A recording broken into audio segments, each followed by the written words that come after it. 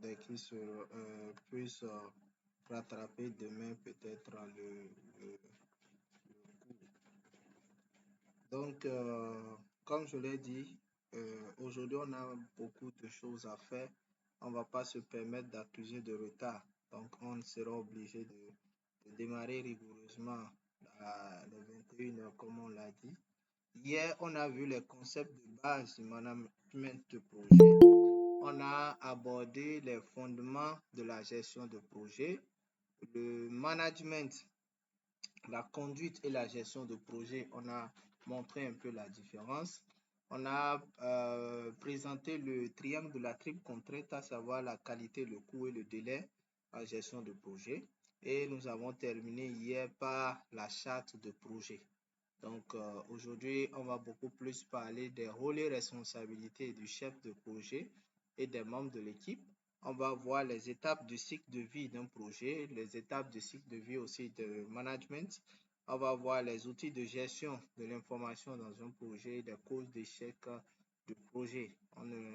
Cette fois-ci, on n'aura vraiment pas le temps de pouvoir voir les techniques de gestion de projet, mais on va beaucoup plus les explorer dans la phase prochaine que nous allons démarrer déjà à partir de demain. Donc, euh, j'avais promis que nous allons parcourir un exemple de charte de projet. Donc, avant qu'on ne puisse continuer le cours, on va rapidement présenter un exemplaire de charte de projet. Comme ça, vous allez voir à quoi ça a l'air. Donc, voilà un exemplaire ici de charte de projet qu'on a élaboré ensemble avec la promotion passée. Et c'était un projet dénommé Projet d'appui à l'autonomisation des femmes à travers les activités génératrices de revenus qu'on a appelé par PAHAFAG. Donc, le projet serait mis dans le Borgou, qui est un département ici au Bénin. Et nous n'allons pas couvrir toutes les communes, nous allons plutôt couvrir Ndali et Bembereke, qui sont deux communes. Et le budget, c'est de 220 millions de francs CFA et pour une période allant de mars 2024 à juin 2025. Donc, voilà un peu les premières informations qu'on a souvent sur une charte de projet. Bon, au-delà des logos, des partenaires de techniques et financiers, des partenaires d'accompagnement. Par exemple, ici, on parle de l'autonomisation de la femme à travers des activités génératrices de revenus. Donc ici, c'est le ministère des Affaires sociales et le ministère aussi de la microfinance aussi peut aussi intervenir là, puisqu'on parle des activités génératrices de revenus. Alors, après ça, comme c'est un document à part entière, on doit forcément avoir une table de matière bien structurée avec les différentes étapes. Hier, j'ai partagé avec vous le canevas et vous avez pu aussi prendre connaissance des différentes étapes.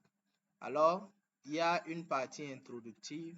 La partie introductive, c'est souvent euh, essentiellement trois éléments qu'il faut vraiment relater.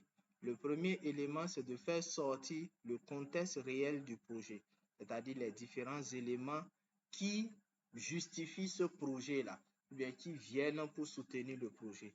Ensuite, vous allez annoncer quelques points forts que vous voulez apporter en guise d'accompagnement pour que le projet vraiment puisse avoir son sens. Et maintenant, vous allez terminer par aussi les vous allez terminer par l'arrimage de votre projet par rapport aux objectifs de développement durable. Donc, voilà les trois éléments qu'il faut avoir dans un contexte pour la charte de projet. Donc, on n'aura vraiment pas le temps de pouvoir lire, mais on va quand même faire l'effort de partager avec vous. Oui, monsieur Jérôme a levé la main, il ne sait pas trop pourquoi. C'est une erreur. Ok, bon, certainement c'est une erreur. Ok, donc, au niveau de l'introduction, voilà ce qu'il faut. Bon, j'ai bien envie qu'on lise pour pouvoir vous donner un peu une idée. Dans de nombreuses communautés à travers le monde, les femmes continuent de faire face à des obstacles significatifs pour accéder à l'autonomie économique et sociale. Donc, on est parti d'une généralité pour montrer que le problème n'est pas que au Bénin, mais c'est aussi mondial. Le projet d'appui à l'autonomisation des femmes à travers les activités génératrices de revenus se positionne comme une réponse concrète à cette réalité. Conçu pour répondre aux besoins spécifiques des femmes défavorisées, ce projet vise à créer un environnement favorable à leur émancipation économique en leur soutenant dans la création et le développement d'entreprises durables. Les femmes, en particulier dans les communautés marginalisées et à faible revenu, sont souvent confrontées à des barrières systémiques qui limitent leur accès aux ressources économiques, à l'éducation, à la formation et aux opportunités d'emploi. Ces obstacles contribuent à perpétuer le cycle de la pauvreté et de la dépendance, réduisant ainsi les perspectives d'autonomie et d'épanouissement personnel. Le projet reconnaît ces défis et s'engage à les aborder et de manière holistique et inclusive. En favorisant l'accès des femmes à des formations adaptées, à des ressources financières et à un accompagnement personnalisé, le projet cherche à renforcer leurs compétences entrepreneuriales, à accroître leur confiance en elles-mêmes et à leur offrir des opportunités tangibles de croissance économique. Il repose sur l'idée fondamentale que l'autonomisation des femmes ne se limite pas à la simple augmentation de leurs revenus, mais englobe également leur capacité à exercer un contrôle sur leur propre vie, à prendre des décisions éclairées et à contribuer activement au développement de leur communauté. Et le dernier paragraphe va venir maintenant pour conclure. L'autonomisation des femmes est un impératif moral et un moteur essentiel du progrès social et économique. En investissant dans ce projet, nous investissons dans un avenir où toutes les femmes, quel que soit leur milieu ou leur contexte, ont la possibilité de réaliser leur plein potentiel et de devenir des agents de changement positif dans leur société. Ce projet incarne notre engagement envers l'égalité des sexes.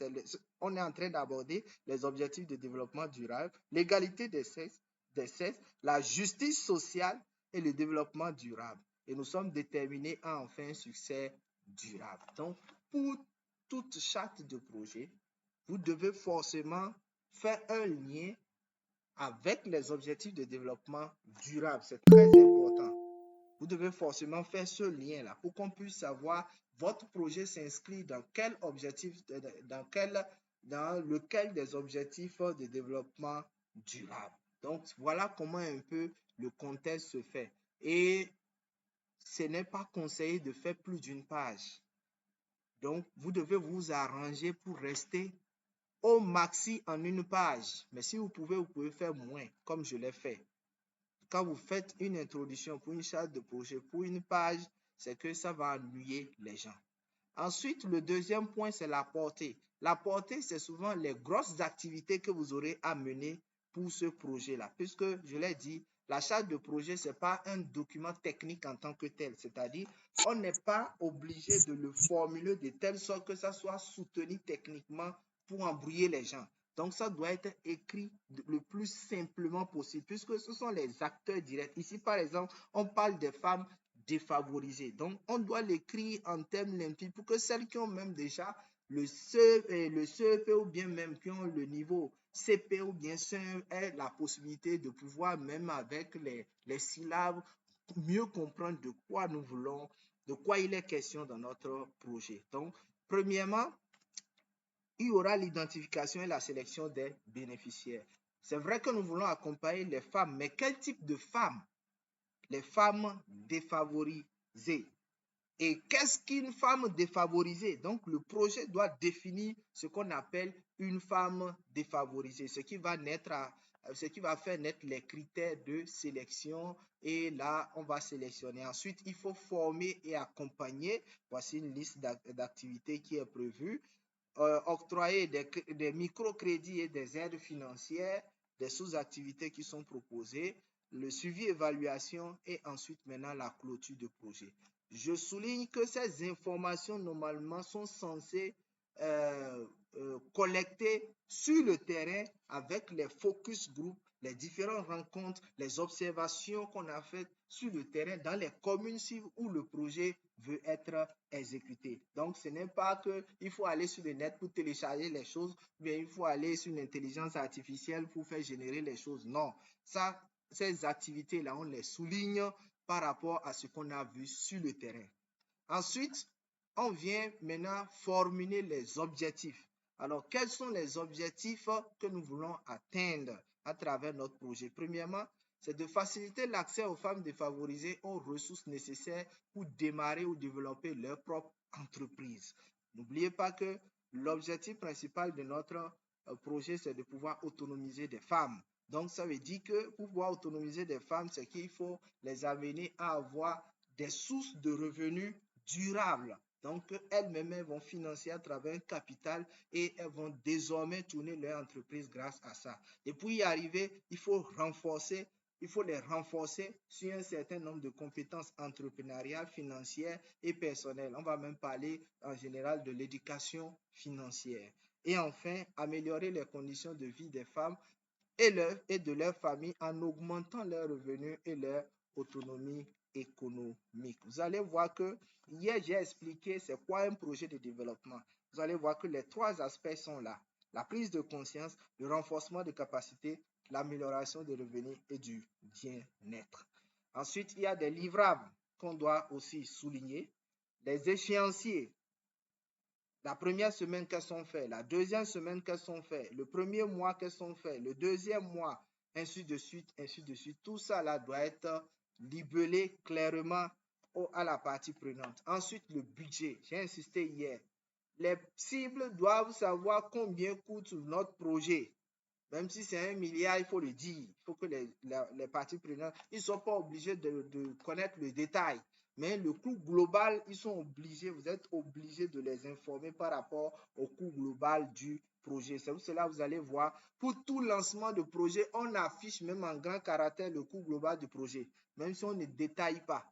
On ne détaille pas. Ici, moi, j'ai voulu quand même détailler dans ce modèle-là un peu, mais c'est beaucoup plus les grosses activités. Donc, quand vous faites la somme de ces chiffres, vous devez avoir les 220 millions.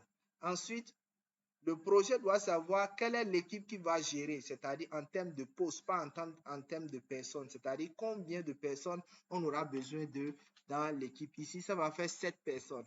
Un chef projet, 3 consultants formateurs, un expert en suivi évaluation et un conseiller technique responsable en formation. Donc, voilà un peu, deux conseillers techniques en formation, puisqu'il y aura plusieurs thématiques.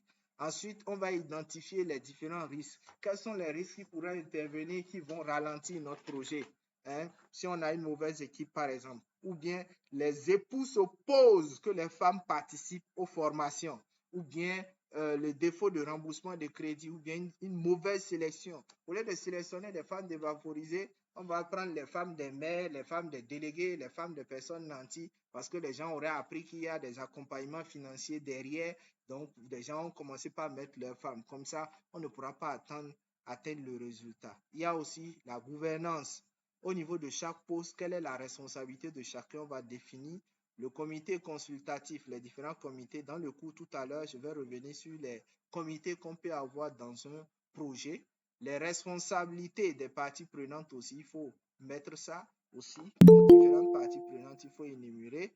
Les différents types de réunions qu'il faut avoir, la communication, le suivi de la gouvernance et maintenant l'approbation. Donc, c'est ici maintenant sur cette page-là que les parties prenantes signent. Donc, c'est ça qu'on appelle la charte de projet.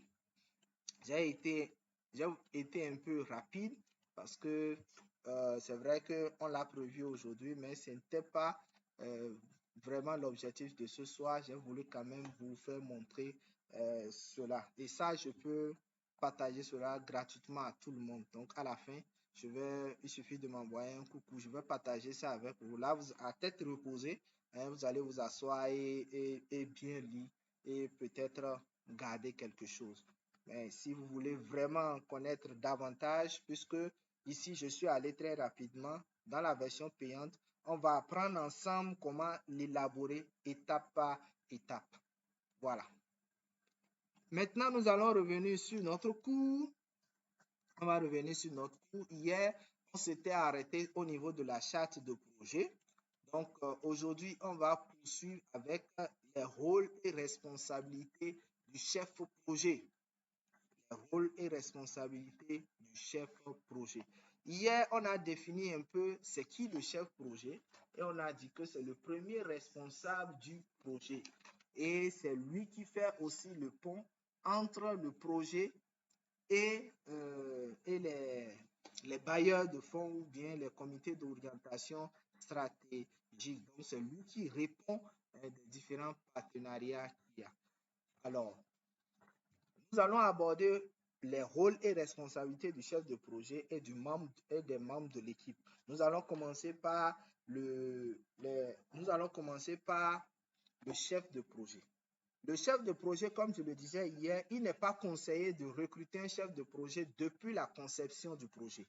Parce que si vous le recrutez depuis la conception du projet, il aura tendance à influencer un certain nombre de choses au moment de la formulation, puisque peut-être s'il y a des points que vous êtes en train d'énumérer dans le projet, alors que peut-être lui, il n'a pas la capacité de pouvoir gérer ça, il va vouloir ramener ça à son niveau. Il va vouloir influencer un certain nombre de choses. Voilà pourquoi il n'est pas conseillé de pouvoir recruter un chef de projet pendant la formulation du projet. En tout cas, personnellement, depuis un moment, je ne vois plus ça. Vous allez voir que quand on dit qu'un projet est en train de recruter un chef projet, c'est que tout est déjà fait. Quand le chef projet vient, il a un cahier de charge, la charte de projet est là. Peut-être ce qu'il peut faire, c'est le plan de projet. Dans certains projets, même le plan de projet est déjà élaboré par un consultant et quand il vient, il va directement à l'étape de la planification de projet. Et quand on regarde les étapes de cycle de vie du projet, après le démarrage, nous avons la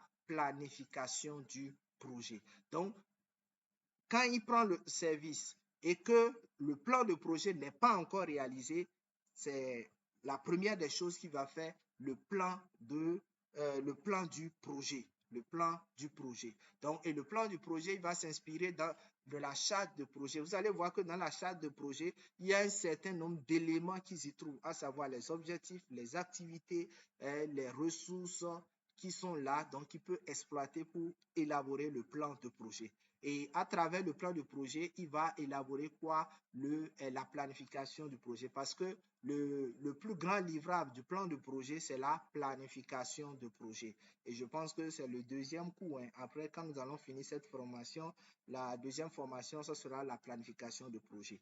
Donc, on va voir ensemble comment on fait de manière pratique la planification de projet et les outils qu'il faut vraiment utiliser là. Donc, le chef projet est responsable de la planification du projet, y compris l'élaboration du plan, l'identification des tâches, la définition des délais et la gestion des ressources. En réalité, quand on parle de planification, c'est trois éléments clés.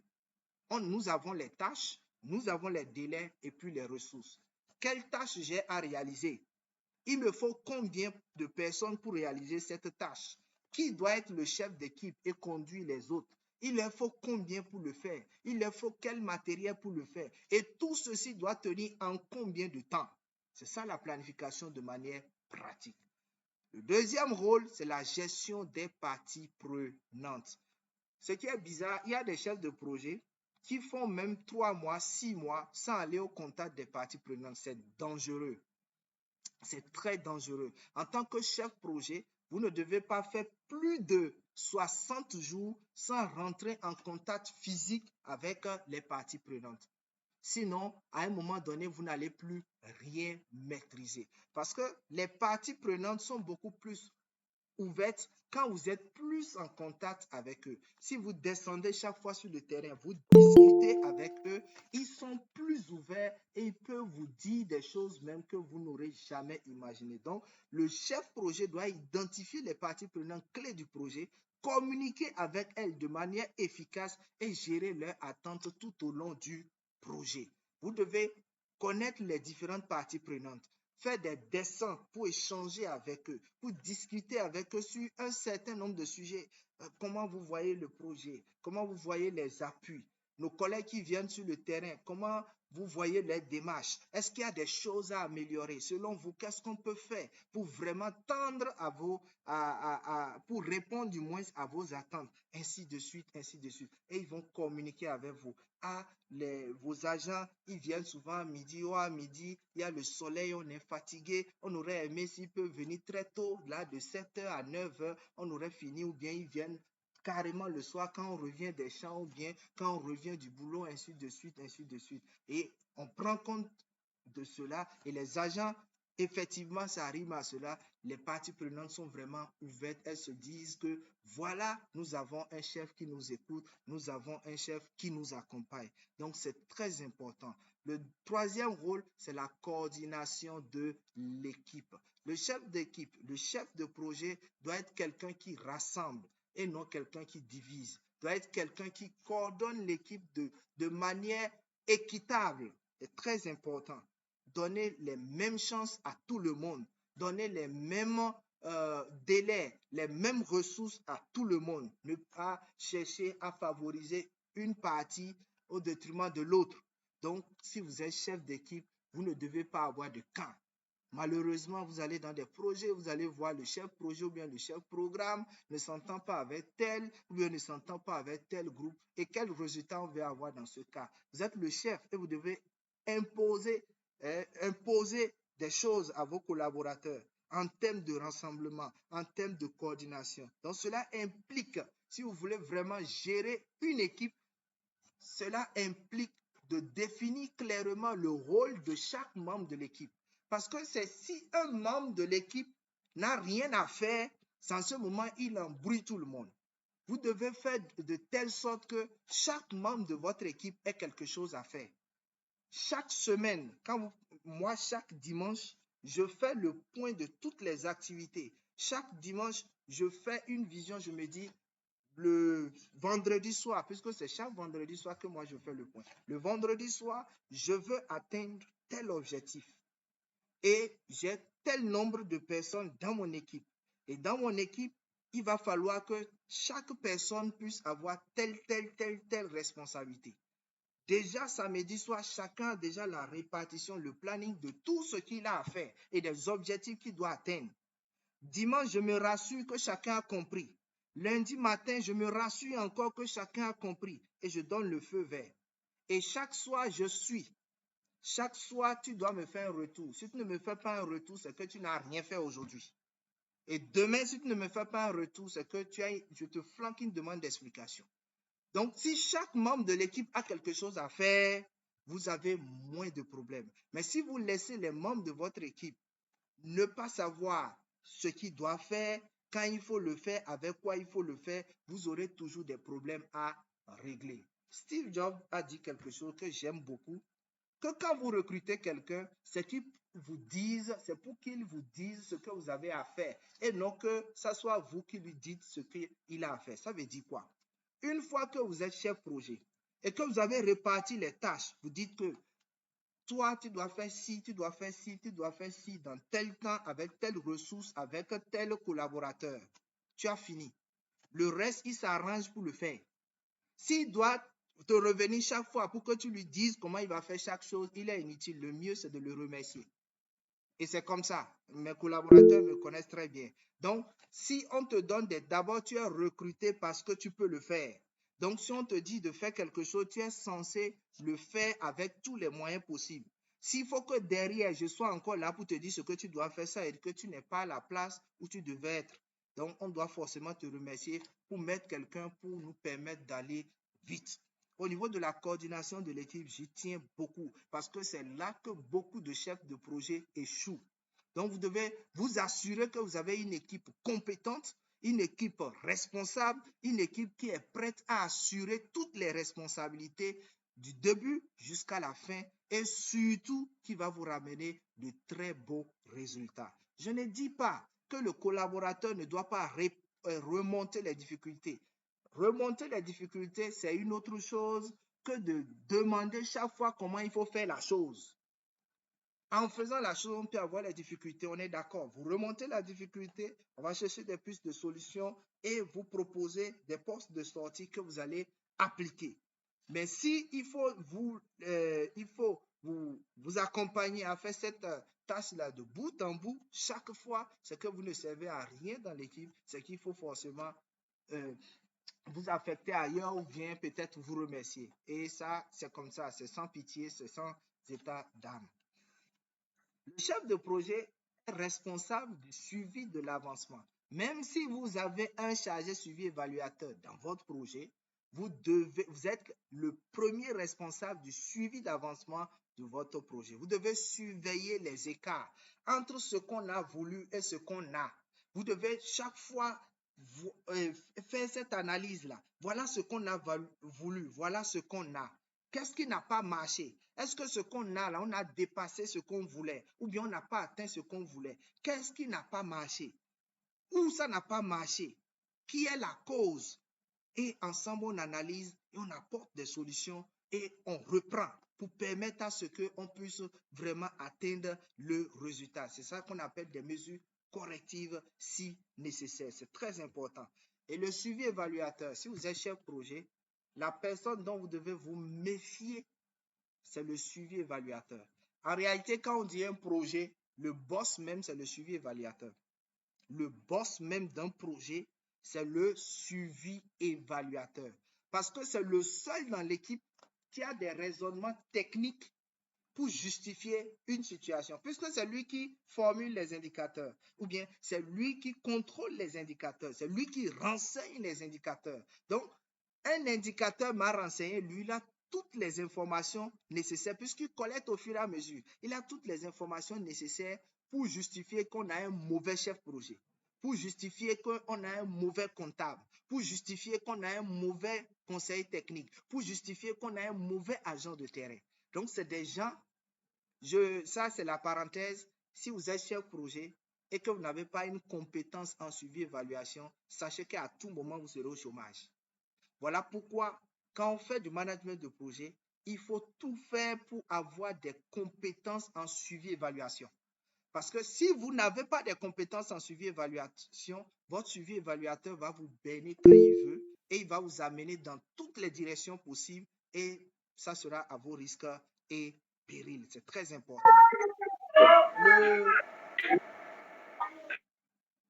Le quatrième rôle, c'est la gestion des risques.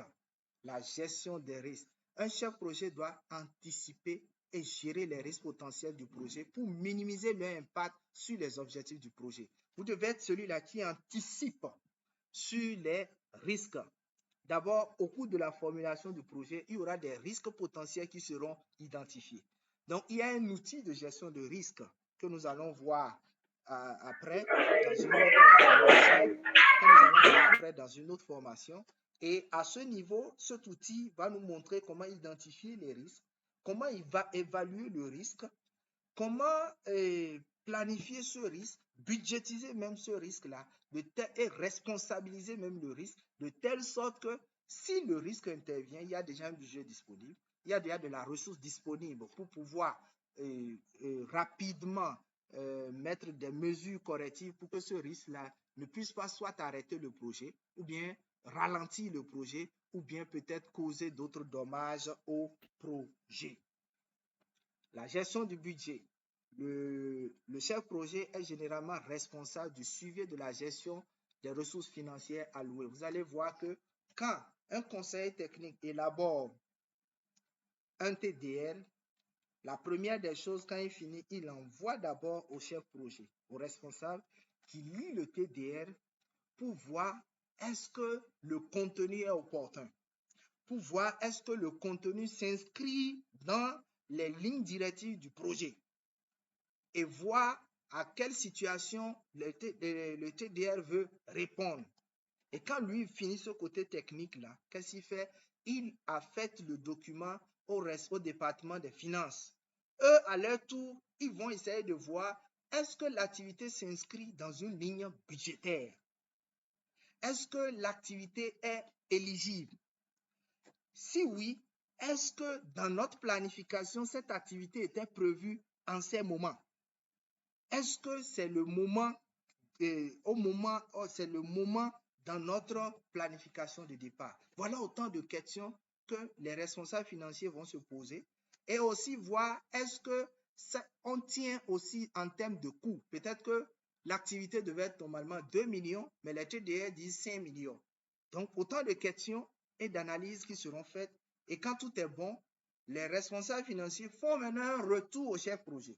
Et le chef projet, elle lui dit, ah, c'est bon, ça s'inscrit dans le délai, tout est bon et autres. Et qu'est-ce que le chef projet fait?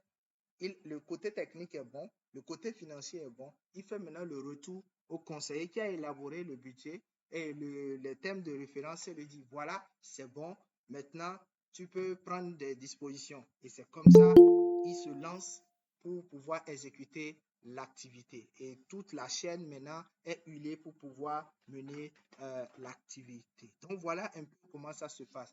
Il y a le rapport et la communication et les résolutions de problèmes aussi.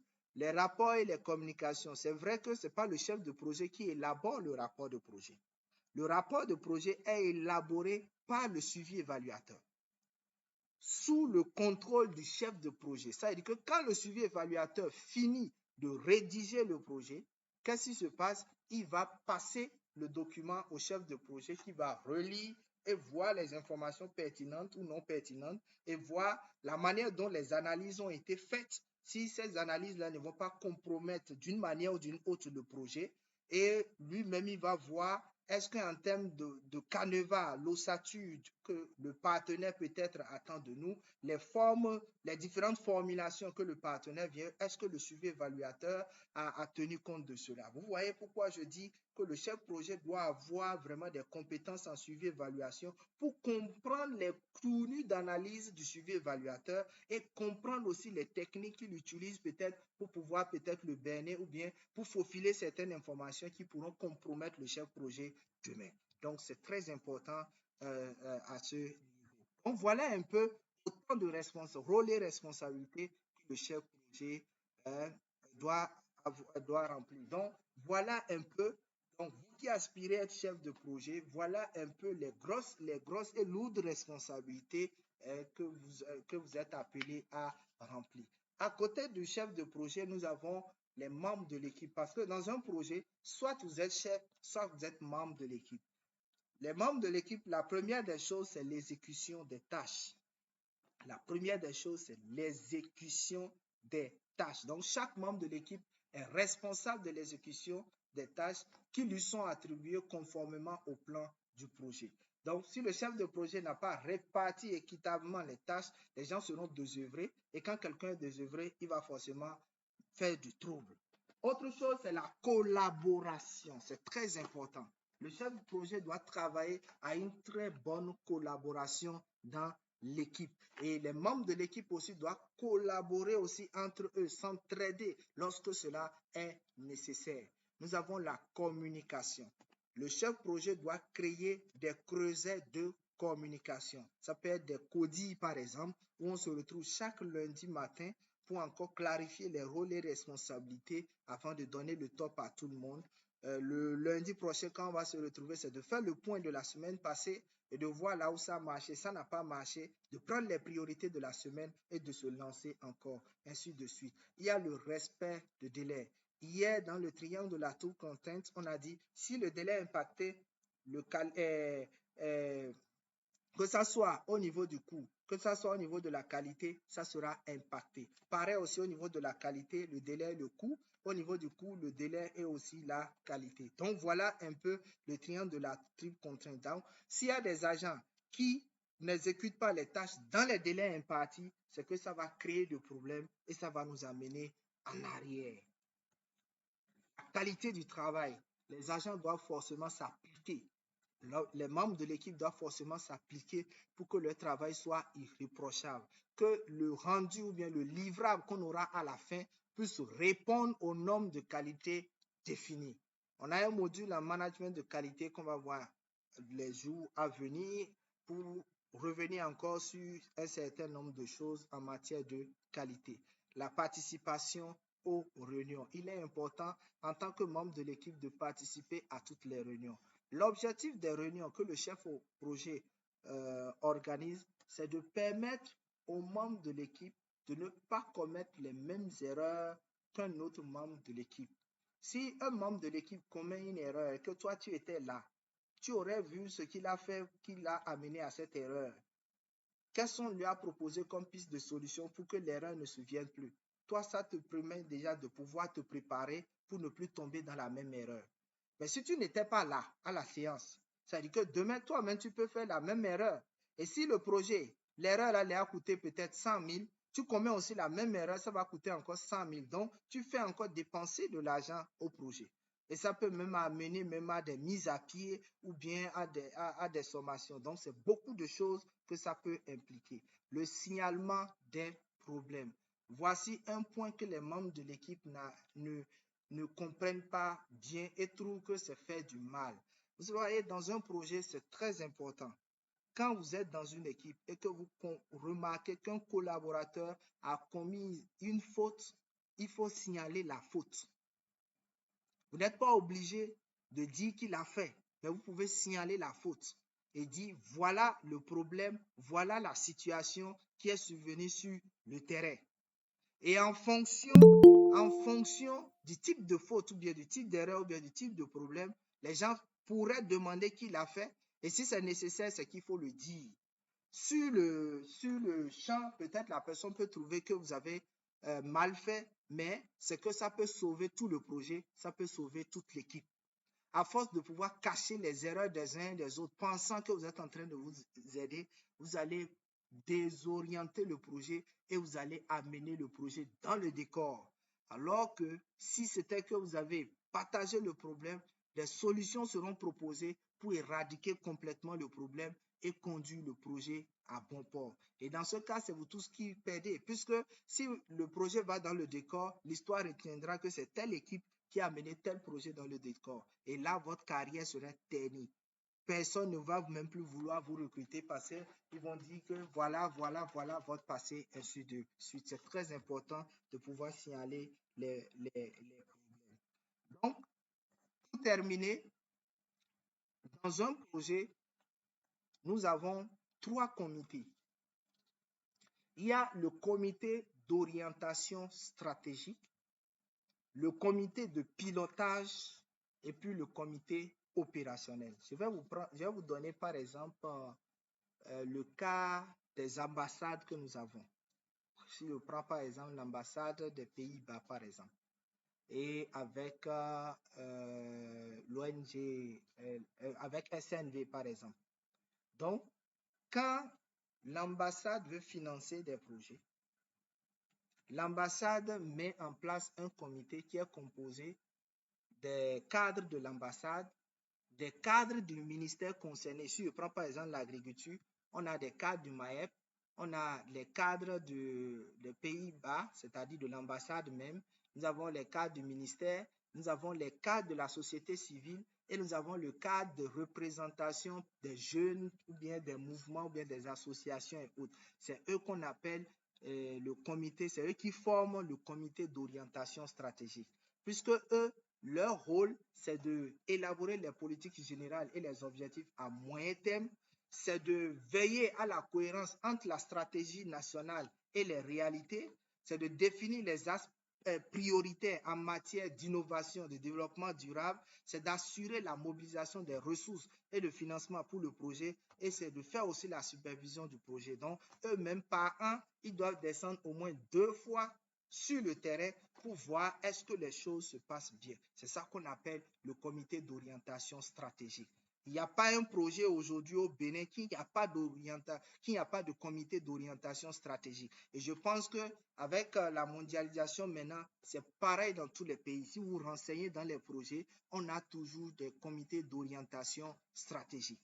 Ensuite, nous avons ce qu'on appelle le comité de pilotage. Le comité de pilotage, c'est un comité aussi un peu stratégique, puisqu'on a une structure qui doit mettre en œuvre le projet. Je prends par exemple le cas de SNV. SNV, ils ont un directeur, hein, donc le directeur de la SNV. Donc ce comité-là sera composé du directeur de la SNV, d'un représentant du bailleur et de certains cadres recadrent de la structure. Donc, eux, ils vont former le comité de pilotage. Donc, si c'est une ONG, par exemple, on va parler du conseil d'administration. Donc, s'il y a un conseil d'administration, il y aura le conseil d'administration et un représentant du partenaire, puisque c'est eux, en réalité, qui vont valider les plans d'action, c'est-à-dire les plans de travail annuels budgétisés ou bien les plans de travail pluriannuels. Donc, ça dépend vraiment de la dynamique de l'organisation.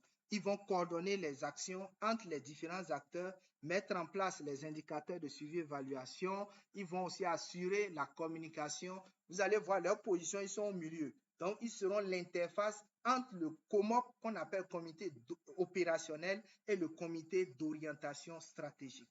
Et enfin, le comité opérationnel, c'est ceux-là qui seront sur le terrain pour travailler, les conseillers techniques, les structures d'appui, comme par exemple les consultants qui vont recruter, les cabinets qui vont recruter, qui vont intervenir directement sur le terrain avec les acteurs. Eux, on va les mettre dans le comité opérationnel. Donc, quand on dit projet, de point de vue gouvernance, quand on dit projet, nous avons le comité d'orientation stratégique qu'on appelle le COS. Quand vous entendez, on dit le COS c'est comité d'orientation stratégique. Nous avons le COPIL qu'on appelle comité de pilotage et le COMOP, comité opérationnel. Donc, nous avons le COS, le COPIL et le COMOP. Donc, voilà un peu comment ça se passe. Donc, si vous êtes appelé un jour à gérer un projet, veillez à ce que vraiment que ces instances-là soient réellement formées et aussi qu'on ait des gens qu'il faut à la place qu'il faut. Ça va vraiment vous aider parce que la pression de ces comités-là, le travail sérieux de ces comités ne peut qu'amener le projet au bon port. Voilà. Alors, nous allons passer au cycle de vie du projet. Le cycle de vie du projet, ça veut dire quoi? Quand on parle de projet, quelles sont les étapes à suivre? Tout projet commence par l'identification et la conception. Un projet vient répondre à un besoin, à une situation. Donc, on a identifié la situation, on propose la solution. On n'a vraiment pas le temps, mais je pense que quand nous serons à la semaine prochaine, on va venir un peu comment faire l'arbre de problème, l'arbre de solution, la logique d'intervention. On n'a vraiment pas le temps de le faire ici. Ceux qui seront à la version payante à partir de demain, on va démarrer ça avec eux. Mais ceux qui ont pris l'option gratuite, la semaine prochaine, ça sera au cours de la formation en planification de projet. Donc, nous allons au niveau de la première étape, identification et conception du projet. Il y a la définition des objectifs et des résultats attendus qui sont issus de l'arbre de solution, l'évaluation de la faisabilité du projet. Donc, il y a un outil qu'on utilise pour évaluer la faisabilité du projet. On va le faire pour les projets d'entreprise et pour les projets de développement. L'identification des parties prenantes et des parties impliquées dans le projet. Donc, il y a aussi des outils qu'on utilise pour pouvoir identifier les parties prenantes, qu'on utilise beaucoup plus quand on veut élaborer ce qu'on appelle la théorie de changement. Donc, quand on finit cette première partie, le projet va aller à l'étape de planification. Et c'est à l'étape de planification qu'on va élaborer la charte de projet, qu'on va élaborer le plan de projet, qu'on va sortir notre planification et aussi toutes les ressources financières, matérielles et humaines dont on a besoin pour notre projet. Tout sera défini là de manière claire. Quand on finit cette étape, bel et bien l'étape de l'exécution. C'est là que nous allons mettre en œuvre maintenant le plan de projet en suivant les différentes étapes, coordonner les activités et comme on l'a dit hier, quand l'exécution démarre, c'est que le suivi démarre en même temps. Donc, on va collecter les informations et faire des ajustements. Donc, l'assurance qualité qui va s'en suivre après. Et quand on finit tout ceci, on a parlé des 4 évaluations, l'évaluation de départ, l'évaluation à mi-parcours, l'évaluation finale et l'évaluation après projet qu'on appelle les centres aussi. Donc, voilà les évaluations qui peuvent venir là. Et enfin, la dernière étape, c'est la clôture du projet. Au niveau de la clôture du projet, on a plusieurs documents qu'on élabore. Il y a les success stories, qu'on appelle en français les histoires de succès. On a les documents de capitalisation d'expérience pour notre projet. Ce sont des documents qu'on laisse qui permettent à quand demain un autre projet veut venir dans le même secteur, que le projet puisse s'inspirer de ce qu'on a fait et de pouvoir continuer ou bien améliorer ce que nous avons déjà faire. Donc, voilà un peu le cycle de vie du projet. Donc, si je me résume, nous avons la phase d'identification et de conception, la phase de planification de projet, la phase d'exécution du projet, le suivi et contrôle et puis la clôture du projet. Ça, c'est le cycle de vie du projet. Le cycle de vie de gestion de projet, nous avons le démarrage, nous avons la planification, l'exécution et le suivi, évaluation, et maintenant on termine par la clôture du projet. Vous comprenez pourquoi je disais hier que le cycle de vie du projet est différent du cycle de vie de gestion du projet. Le cycle de vie de gestion du projet est inclus dans le cycle de vie du projet. Et on a dit que la gestion de projet, c'est une méthode. Voilà pourquoi on a des techniques de gestion de projet et on a plusieurs techniques. Alors, le cycle de management, je suis en train de tendre déjà vers la fin. En tant que gestionnaire de projet, chef de projet, peu importe votre niveau ou bien votre place dans un projet, ce schéma doit être incarné dans votre esprit. Puisque pour être un bon manager, que ce soit dans un projet d'entreprise ou bien dans un projet de développement humanitaire, communautaire, c'est que vous devez avoir ce schéma-là à l'esprit. En matière de projet, on n'improvise jamais. Un chef de projet qui commence par improviser dans un projet et que moi, je suis dans le comité d'orientation stratégique, je le relève de ses fonctions, je le licencie en même temps. Ça veut dire que lui-même, il n'est plus sûr de ce qu'il est en train de faire. Il est en train de nous amener dans le décor. Ou bien je suis chef d'équipe et je remarque qu'un de mes collaborateurs commence par improviser. En même temps, je l'arrête et je le remercie. C'est-à-dire que c'est quelqu'un déjà qui est dangereux pour le projet. Un gestionnaire de projet, un membre de l'équipe ou bien un chef de l'équipe dans un projet doit toujours prévoir les choses. Prévoir, ça veut dire estimer et planifier. Je vais exécuter une activité, il me faut combien de temps? Je l'estime. Quel est le moment favorable qu'il faut le faire?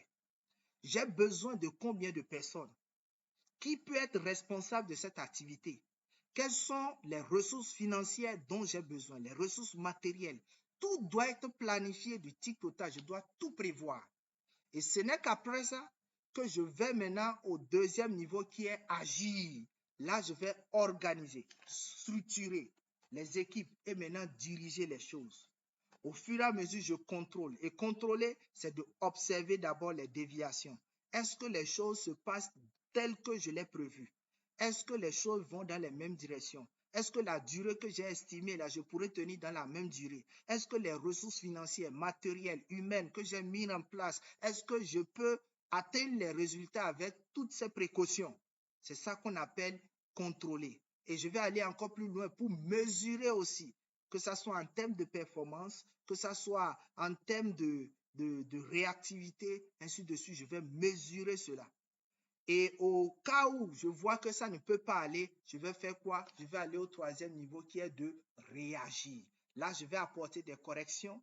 Et quand je vais apporter des corrections, je ne me lance pas automatiquement. C'est-à-dire, je ne quitte pas de correction pour agir. Dans mes corrections, je vais encore les planifier. On suppose que je devais former 100 femmes sur les méthodes de transformation, de fabrication, par exemple, de savon. Et j'avais prévu 10 jours. J'ai recruté l'expert qui doit faire la formation, les assistants aussi qui doivent faire. J'ai tout estimé pendant les 10 jours avec les ressources nécessaires. Et quand on a démarré le projet, on a démarré la formation pour qui doit tenir 2 jours, au troisième jour, nous avons une pluie incessante, ce qui a empêché certains bénéficiaires de venir. Donc, nous avons déjà perdu une journée. Il nous reste maintenant, on ne pourra plus faire les 10 jours. Ça veut dire qu'il y a déjà un problème. Ou on était en train de travailler, il y a eu un incident. La machine peut-être qu'on devait utiliser est peut-être gâtée. On n'a pas une autre à portée de main. Il faut aller encore loin pour chercher une autre machine ou bien il faut lancer des procédures pour acheter une nouvelle machine. Donc déjà, il y a des problèmes qui surgissent, donc il faut trouver des solutions. Donc dans ce cas, au lieu de quand j'achète la machine en tant que bon manager, quand j'achète la machine, je ne dois pas continuer la formation, bien je ne dois pas me relancer en même temps. Mais qu'est-ce que je fais? Je reprends la planification, puisque c'est une nouvelle machine que j'ai maintenant. Je reprends la planification. Si je dois forcément tenir dans le temps et que j'étais censé former 10 femmes peut-être par jour, je peux peut-être aller à 15 ou bien 20, ou bien si je devais faire une section par jour, je peux aller jusqu'à 2 sessions, une session de jour et une session peut-être, ou bien une session de matinée, une session de soir. Le plus important, c'est que je n'improvise pas. L'improvisation est l'ennemi du manager. Donc voilà comment la boucle tourne. Je prévois, agis, je contrôle, je réagis, je prévois, agis, contrôler, réagis, prévois. Donc voilà comment ça doit tourner dans la tête du manager. Voilà comment ça doit tourner dans la tête d'un membre de l'équipe. Peu importe votre position, vous devez vous rassurer que vous n'improvisez pas. Vous devez vous rassurer que quand les choses sont en cours, vous suivez pour voir les déviations, apporter des mesures correctives et replanifier les mesures correctives, ainsi de suite, ainsi de suite. Voilà comment ça doit tourner dans votre tête en tant que manager. Et pour la parenthèse, vous pouvez l'appliquer aussi dans votre vie professionnelle, dans votre vie personnelle. L'improvisation ne donne rien de bon. Rien de bon. Alors, pour terminer, avec les outils de gestion de projet, je vais démarrer ici avec l'outil de gestion de l'information, qui est très, très important, qui est très, très important du moins. C'est un outil qui est souvent élaboré avec les différentes parties prenantes. Ici, j'ai pris un cas de l'équipe, votre équipe projet. Vous devez organiser un atelier. Cet outil-là est rempli à travers un atelier d'une journée ou bien une journée et demie. Ça dépend de l'effectif. Et vous allez faire des focus group où vous allez lister les types d'informations dont vous avez besoin. Quels sont les types d'informations dont on a besoin dans le projet, dont on a besoin de partager dans le projet. Les collaborateurs vont proposer les types d'informations et autres. La deuxième question, qui sera responsable de cette information? Quelles sont les échéances de ces informations? Où l'information sera stockée? Et pourquoi cette information? Donc, c'est un travail qui sera fait dans l'équipe. Si vous finissez avec l'équipe, vous faites la même chose avec les acteurs directs. Si je prends par exemple un projet où nous devons former par exemple des femmes sur des activités X données.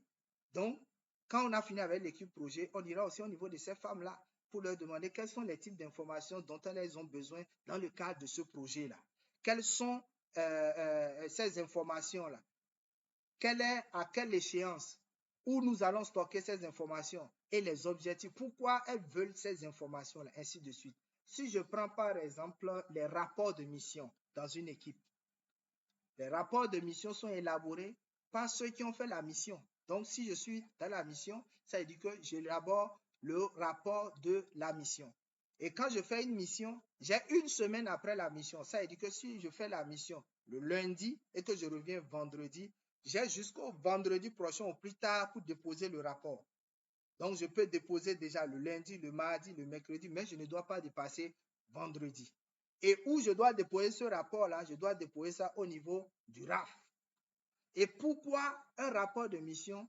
Quand on dit mission, c'est d'aller observer des choses sur le terrain, de voir ce qui est bon, de relever ce qui n'est pas bon, de relever ce qui est bon et de donner des directives par rapport à ce qui n'est pas bon pour que la prochaine mission, on puisse constater que les choses se sont améliorées. Donc, pour pouvoir constater les choses qu'on a dites sur le terrain pour la prochaine mission, c'est qu'il faut un document qui faisait cas de cela, les recommandations. Donc, quand on va, si je fais ma première mission de suivi, je constate des choses, je donne des recommandations, je reviens. La prochaine mission, mon suivi va commencer par les recommandations que j'avais faites. Est-ce qu'elles ont été prises en compte? Oui.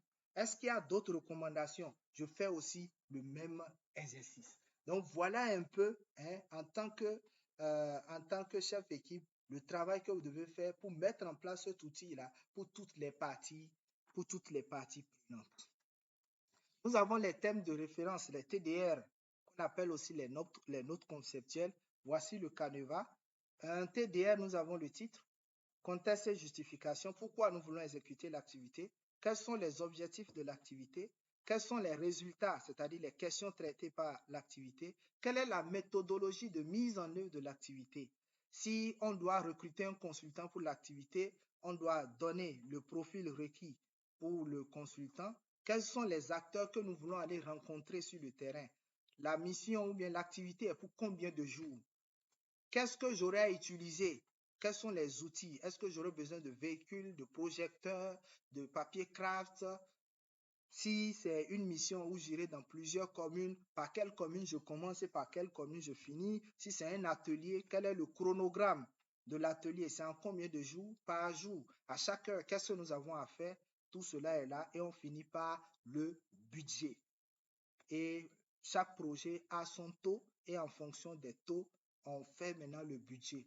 Et tout ceci est suivi par les responsables administratifs et financiers, donc les thèmes de référence.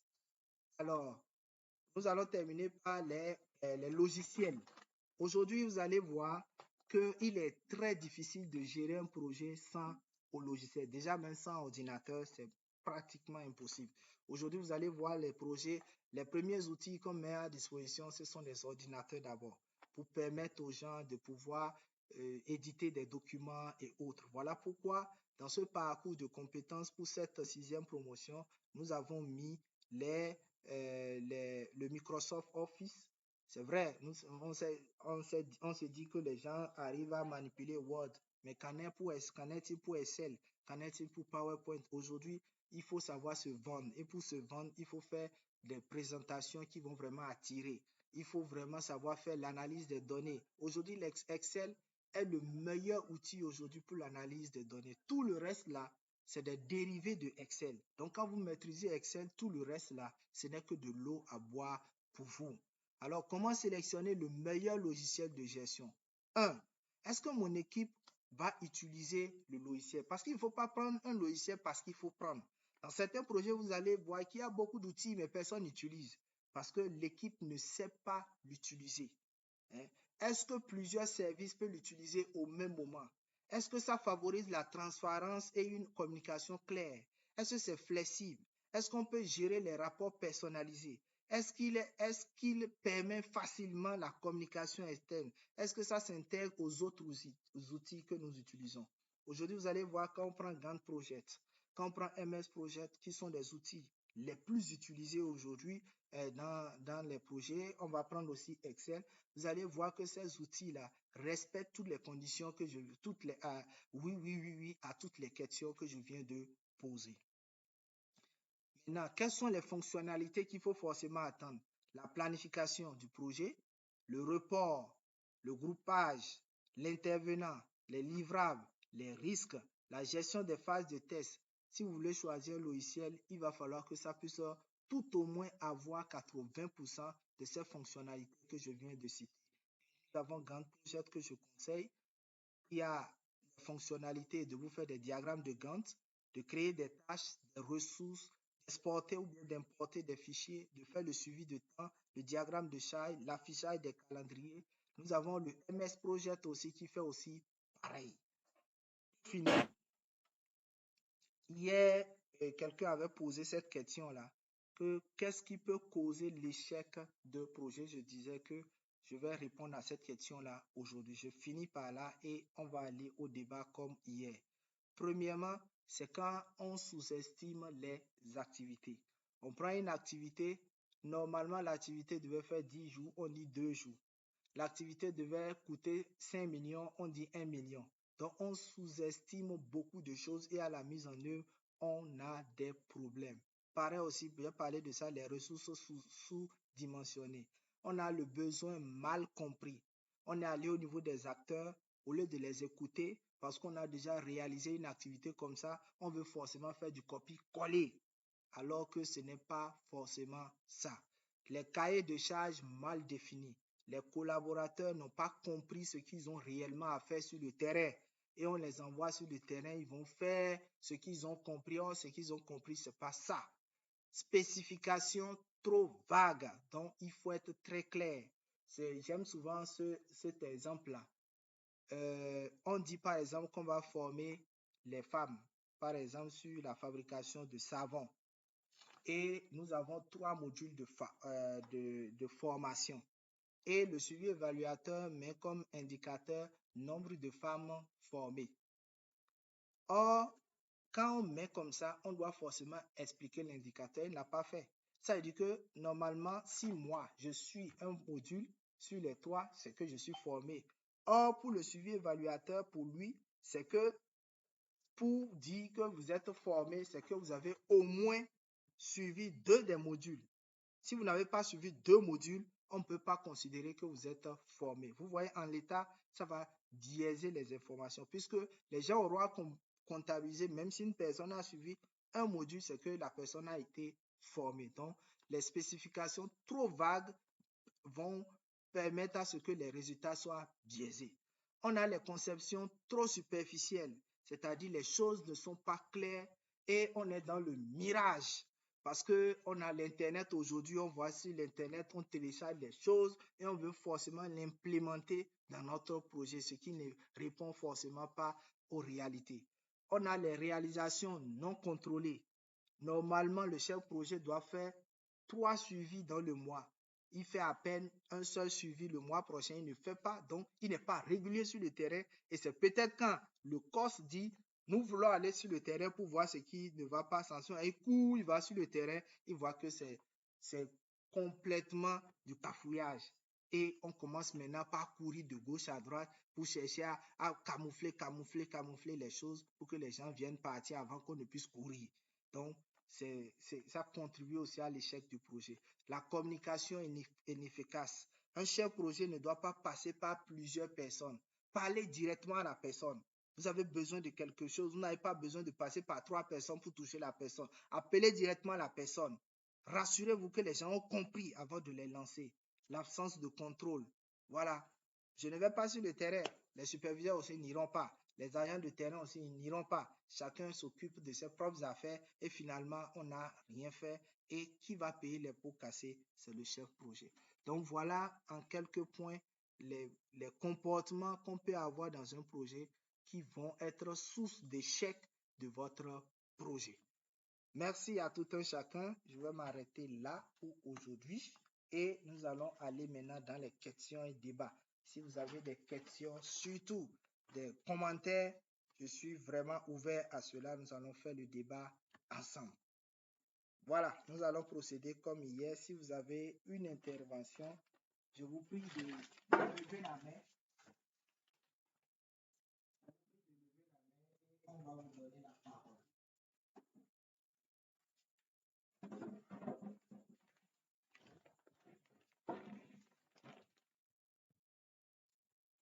Je ne vois pas encore de main.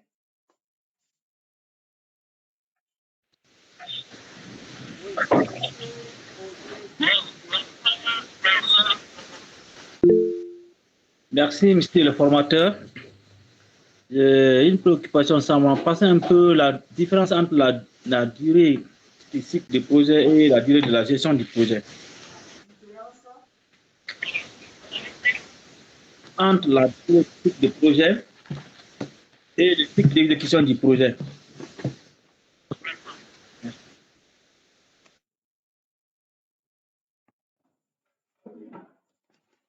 Alors, le réseau a craché un peu. Est-ce que monsieur Oye peut reprendre, s'il vous plaît?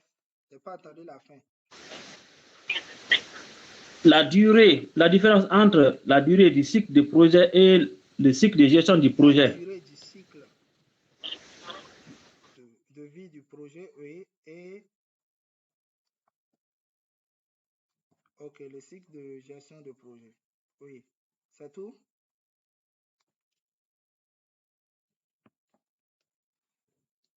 C'est tout?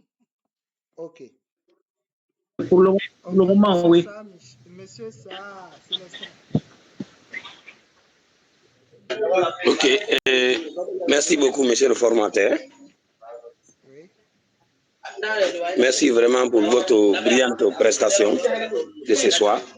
Et je suis un peu inquiet pour savoir la différence entre le chef de projet et le coordinateur.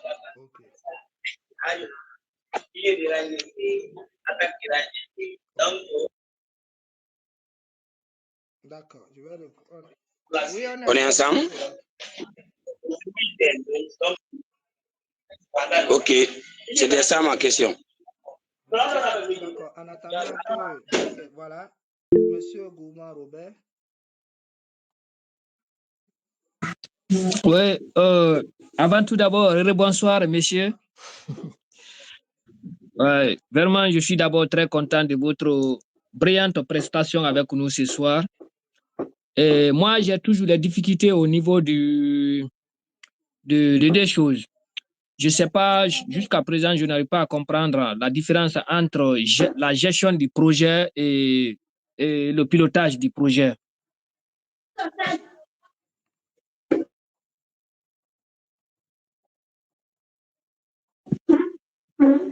Pilotage du projet. Ok, c'est noté. Oui.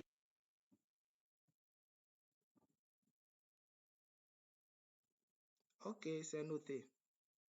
Autre intervention?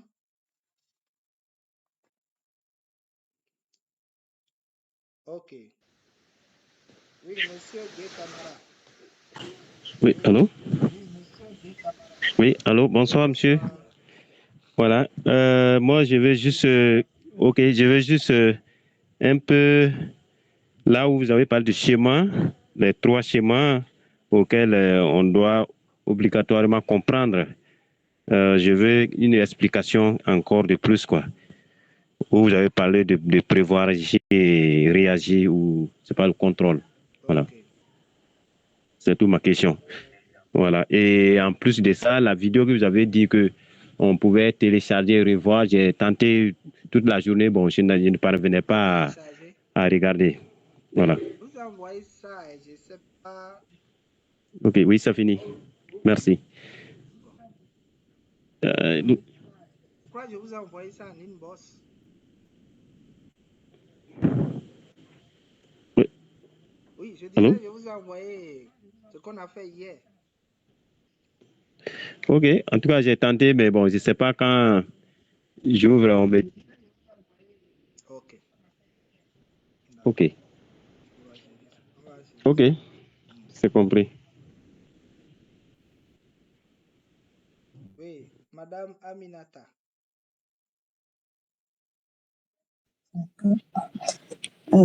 Bonsoir, monsieur. Bonsoir. Avant tout, je tiens vraiment à vous remercier pour cette présentation. Au fait, ma question est que quelle est la méthodologie de la gestion de projet qui est favorable dans un projet? C'est pas si agile, cascade, si vous pouvez un peu m'éclaircir par rapport à ça. Ok. Merci pour les questions posées.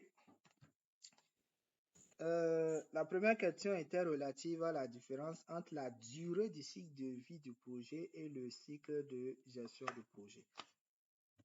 La durée du cycle de vie du projet, c'est la durée du projet. Si le projet est pour 5 ans, la durée du cycle de vie de ce projet, le cycle de vie de ce projet, c'est 5 ans.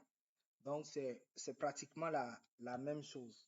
Donc, quand vous parlez du cycle de gestion de projet, j'ai dit que le cycle de gestion de projet est inclus au cycle de vie du projet. Le cycle de vie du projet tient compte de la naissance du projet jusqu'à la mort, si je peux m'exprimer comme ceci. Autrement dit, de l'identification du projet à la clôture du projet. Ça, c'est le cycle de vie du projet.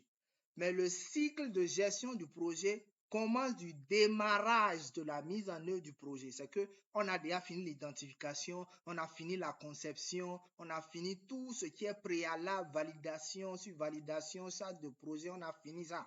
Maintenant, on vient pour lancer le projet. Maintenant, à partir du lancement du projet, là, c'est à partir de ce niveau que le cycle de gestion du projet démarre.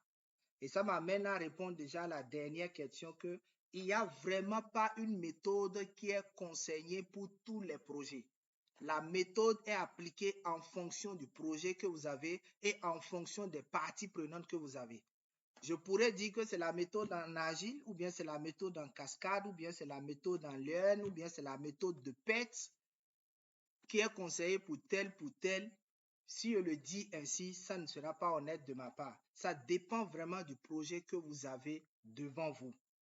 Donc, je ne peux vraiment pas vous dire, utilisez telle méthode, n'utilisez pas telle méthode. Donc, ça dépend du projet. Ça dépend aussi du bailleur. Parce qu'il y a des bailleurs aussi dans leur ligne éditoriale qui sont des gens qui évoluent selon une approche donnée ou bien selon une méthode donnée et qui peuvent l'imposer aux membres de l'équipe. Donc, voilà ce que je peux dire par rapport à votre question. Par rapport au cycle de gestion de management, j'ai dit l'ennemi du chef de projet, c'est l'improvisation. Vous devez éviter d'improviser. Vous devez être des personnes qui prévoient tout. Et quand vous finissez de prévoir, c'est qu'il faut agir maintenant. Il faut passer à la mise en œuvre de ce qu'on a prévu. Au cours de la mise en œuvre, ne lâchez pas. Vérifiez si tout se passe comme prévu. Est-ce que nous allons dans la même direction telle qu'on l'a prévu? Si nous n'allons pas dans la même direction, c'est qu'il faut réfléchir et voir qu'est-ce qui ne va pas et revenir à l'ordre. C'est ça qui est réagir. Et quand nous allons vouloir revenir à l'ordre, au lieu de chercher à continuer peut-être là où on s'était arrêté, c'est qu'il faut reprendre encore un travail de planification pour planifier la correction qu'on veut apporter.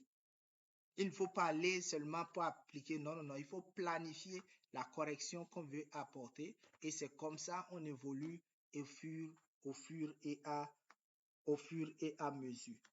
Chef de projet, vous allez voir que quand il y a un coordonnateur de projet et qu'il y a encore des chefs de projet, c'est que en réalité, ces chefs de projet, ce sont des conseillers techniques. N'oubliez pas que j'ai dit qu'un projet égale à un objectif général et plusieurs objectifs spécifiques. Un objectif général et plusieurs objectifs spécifiques. Donc, ça veut dire on peut prendre un chef projet pour un objectif spécifique donné. Et là, un objectif spécifique, lui, dans son cas, l'objectif spécifique sera vu comme son objectif général qu'il doit atteindre. Et on va encore casser son objectif général en des sous-objectifs qui seront pour lui les objectifs spécifiques de son objectif général. Donc, voilà un peu la dynamique dans certains projets.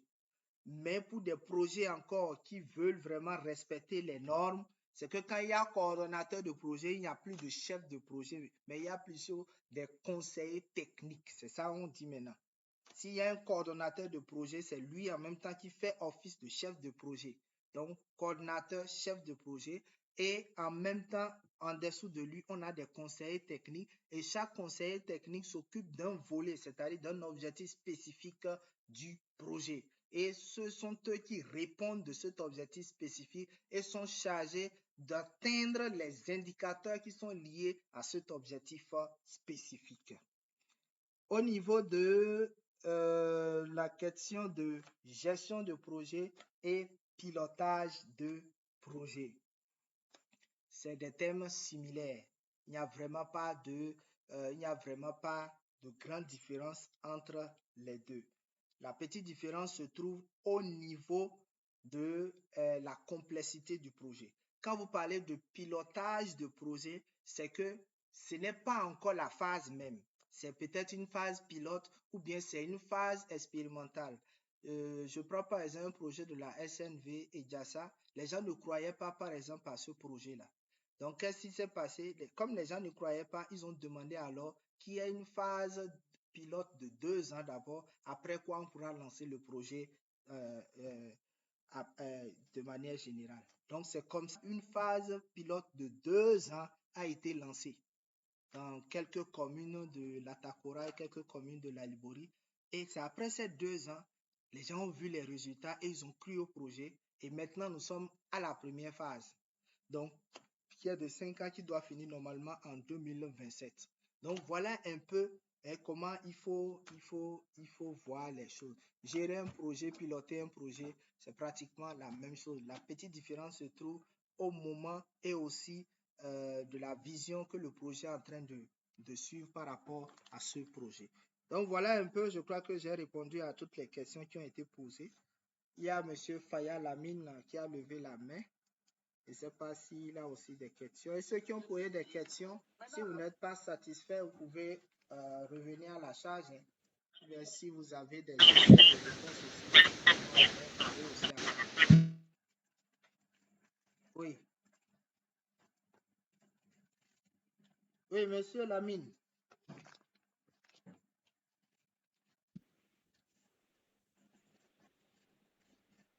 Monsieur Lamine, votre micro n'est pas ouvert ou bien? Je ne vous entends pas.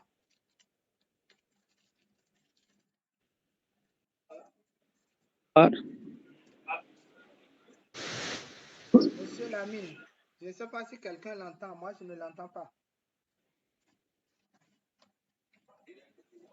Idem aussi, moi aussi je ne l'entends pas. Hein. Également, moi aussi. Hein. Est-ce que son micro n'est pas fait? Ouais, est-ce que son numéro n'est pas. Son micro n'est pas fermé? Son micro est fermé. Sinon, je ne l'attends pas. Hein. Si vous avez des difficultés, vous pouvez écrire dans le chat et on suit aussi dans le chat. Allô, vous m'entendez? Voilà, je suis avec Lamine, je vais vous passer le téléphone. Allô, bonsoir, c'est Tongino. Voilà, j'ai un peu de souci, je ne sais pas si c'est la connexion. En fait, moi, c'est la question que je veux poser, c'est par rapport à l'affiche. Je voulais savoir si c'est écrit management de projet par la pratique. Est-ce que c'est tout ce qui est écrit là qui concerne les 50 000 ou bien je voulais avoir un peu de détails sur les modalités, quoi.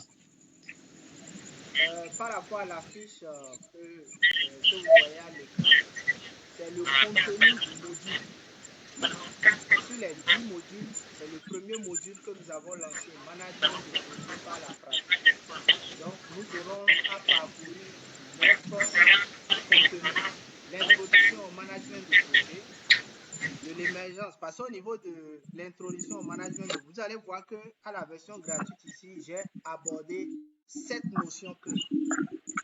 Mais à ce niveau, on va aborder 24 notions clés en management de projet. Nous allons voir de l'émergence à la conception de projet, c'est-à-dire comment on identifie un projet, comment on le conçoit, depuis l'arbre de problème en passant par l'arbre de solution, la logique d'intervention du projet, le cadre logique, tout ceci. Nous allons aussi voir l'analyse fonctionnelle des risques, des techniques et autres.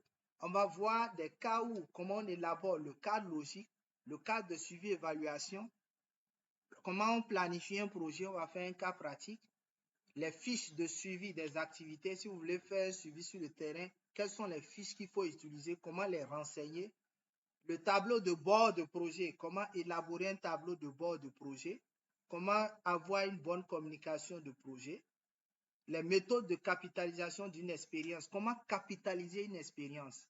On va passer de l'identification d'une expérience, de la documentation d'une expérience, jusqu'à ce qu'on sorte un document de capitalisation de cette expérience. Donc, c'est là, en fonction de votre domaine, vous allez appliquer après pour identifier des expériences que vous allez documenter. On va aussi voir comment on élabore un plan de travail annuel budgétisé. On va parcourir des cas ensemble, comment on élabore des thèmes de référence, comment on élabore un rapport de projet de manière pratique. On aura plusieurs projets. Les anciennes promotions savent de quoi je parle. Il y a des rapports que je vais partager avec vous. Vous allez voir des canevas et vous serez suffisamment outillés. Ensuite, on va voir 7 outils informatiques nécessaires pour le management de projet. On va juste les parcourir, on ne va pas les utiliser, puisque la prochaine formation est intitulée planification et outils de projet. Donc, c'est là, on va apprendre la manipulation réelle de ces 7 outils. Mais ici, ça sera juste vous présenter quelles sont les fonctionnalités, comment ça marche, quels sont les logiciels qui sont payants que vous pouvez acheter, qu'est-ce qui est gratuit. Mais tenez-vous tranquille, même ce qui est payant, nous, on va vous offrir ça gratuitement. Et tout ceci est inclus dans les 50 000 francs que vous aurez à payer. La formation, c'est du 4 au 16 Mais le 4 et le 5, c'est pour la formation gratuite. Ça, on permet à tout le monde.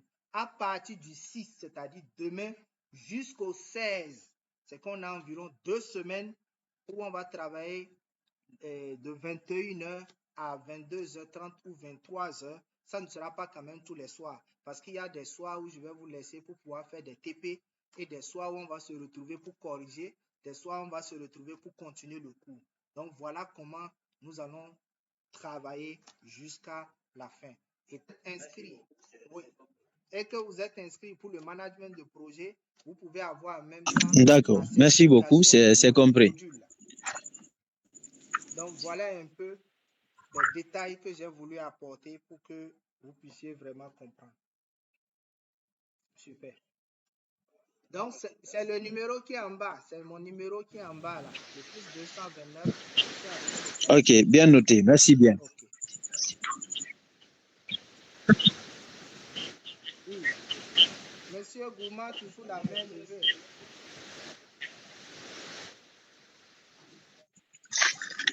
Ne vous inquiétez pas, je suis avec lui et je pourrais lui passer d'amples informations aussi.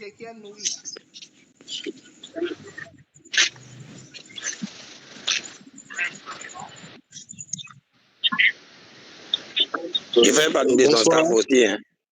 Merci pour le retour d'information. Merci Célestin, bienvenue. Je suis là, ça fait longtemps, hein, je suis avec vous. Et là, moi, ma préoccupation, c'est de savoir, depuis le début, je suis avec vous. D'avoir suivi les 10 modules de formation. Est-ce que c'est une certification complète ou bien la certification, ça se passe comment? La certification est faite par module ou bien il y a une certification complète? C'est ça, j'aimerais mieux comprendre. Pour tout le parcours de compétences, vous avez la certification pour le tout. Maintenant, si vous suivez un seul module, parce que vous allez voir, on a dit certification en management de projet et suivi évaluation. Et on a 10 modules. Si vous observez les 10 modules, vous remarquerez qu'il y a 5 pour le management de projet et 5 pour le suivi évaluation. Donc, quand vous suivez un à l'intérieur d'un pack, vous avez juste un simple certificat de participation. Donc, c'est un certificat de participation qu'on vous décerne.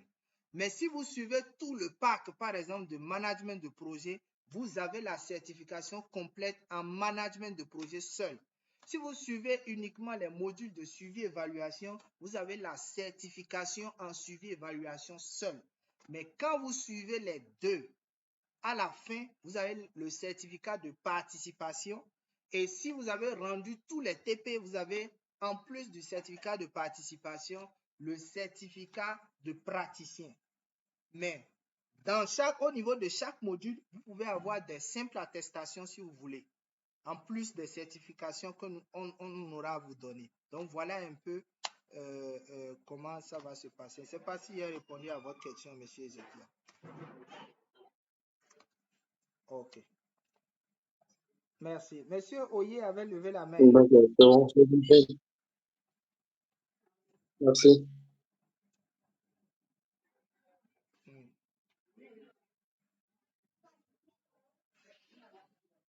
Oui, merci. Au début, là, vous avez parlé, vous avez décrit un peu le contenu d'un projet là et comment on pourrait avoir un peu ce contenu pour un peu nous orienter, pour pouvoir mûrir un peu. Là, il sait que c'est quelqu'un qui vient de suivre la formation. Je partage le document avec lui. C'est bon?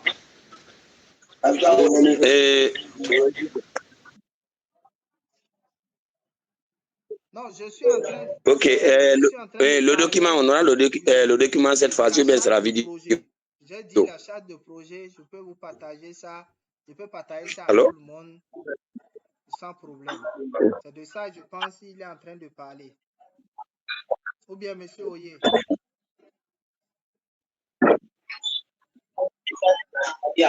Donc, vous réagissez. Oui.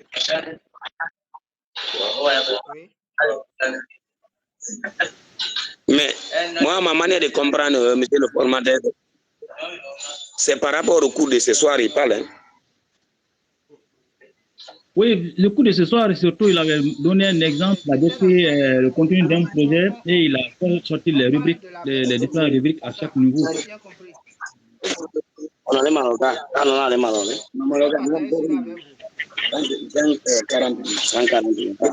C'est bon? Autre préoccupation? Ah, Il suffit de m'écrire au 229 01 66. C'est avec nous ce soir, non? Oui. Il suffit de m'envoyer oui, alors? Vous allez partager ça avec nous ce soir, non? 229 01 66 51 82 26. Ok. Donc, si vous m'envoyez un coucou, je partage avec vous. Ok, merci, je ne manquerai pas. Ok, je pense que déjà, demain, pour ceux-là qui désirent suivre la formation, il n'y a pas de problème. Oui, c'est bon. Demain avant 21h. Donc, demain avant 21h, vous souscrivez. On ne demande pas de payer le tout. Vous pouvez payer une avance et le reste payer à votre rythme jusqu'à la fin de la formation. Cette formation finit jusqu'en août. On finit jusqu'au 31 août. Donc, pour les 10 modules, bien sûr. Donc, vous pouvez payer à votre rythme. Il y a certains qui ont pris des engagements mensuels pour pouvoir payer un peu. Donc, chacun est libre de payer selon son rythme. Donc, demain, ça sera la phase payante. Donc, seulement ceux qui ont payé pourront participer à la phase payante. Donc, imaginez si la phase gratuite a été si intéressante. Comment sera la phase payante? Merci. Oui. Monsieur Jacques, vous nous entendez maintenant? Allô? Ah, le réseau est parti.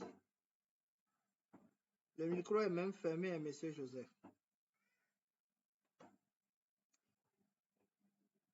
Ok, certainement c'est le... Donc, on va s'arrêter là pour aujourd'hui et on va se donner rendez-vous pour demain avec ceux-là qui sont vraiment prêts pour la formation et ceux-là qui veulent continuer avec la phase gratuite. On est encore là la semaine prochaine, mardi, mercredi, pour la phase gratuite en planification et outils de gestion de projet. Donc, on aura aussi un contenu gratuit qu'on aura à faire et qui va déboucher à un contenu payant qu'on va continuer. Donc, chaque semaine, les mardis et les mercredis sont réservés pour un cours gratuit. Ça peut ne pas être forcément en gestion de projet dans plusieurs domaines. Ce qui est sûr, mardi, mercredi, il y a toujours une formation disponible gratuite, accès à tout le monde. Merci à tout un chacun et on va se souhaiter une bonne soirée pour ceux-là qui veulent continuer encore la soirée et bonne nuit à ceux qui veulent dormir. À demain.